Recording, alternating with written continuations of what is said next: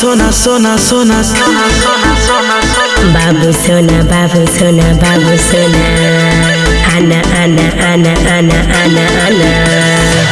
रात का 12 बजे एबो बारात लके, रात का 12 बजे एबो बारात लके, चढ़ का एबो हम कार गे लाल टेन जरा का करबो प्यार गे।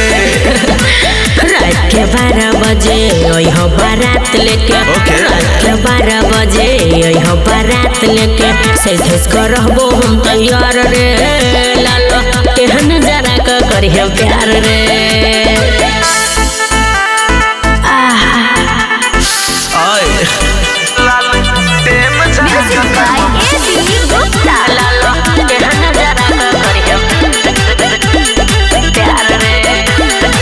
ठंडी के मौसम ये काले न प्यार गे, कते दिन अब रहबे कुमार गे गे बोल यह लगन में कर लेबो शादी, प्यार करे के खूब मिलत आजादी। बेर तू बनबे दुल्हन, दुल्हा तो है बनबोगे हम, ओने से तू रहबी एने से हम देबोगे माला पिन्हा।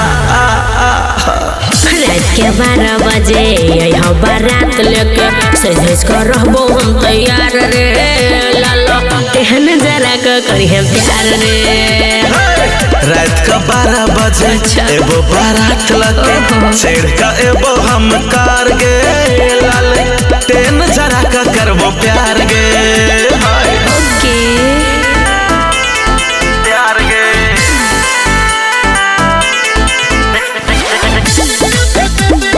प्यार रे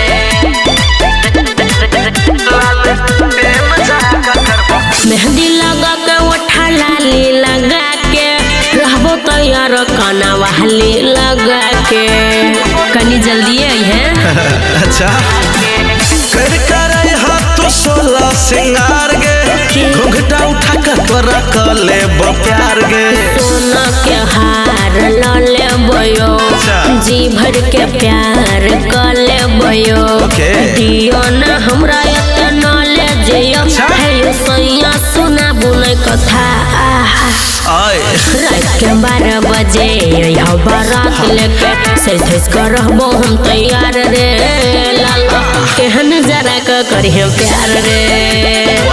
रात का 12 बजे एबो बारात लगे, चढ़ का एबो हम कार गे लाल टेन जरा का करबो प्यार गे। बुझले ठीक 12 बजे। ओके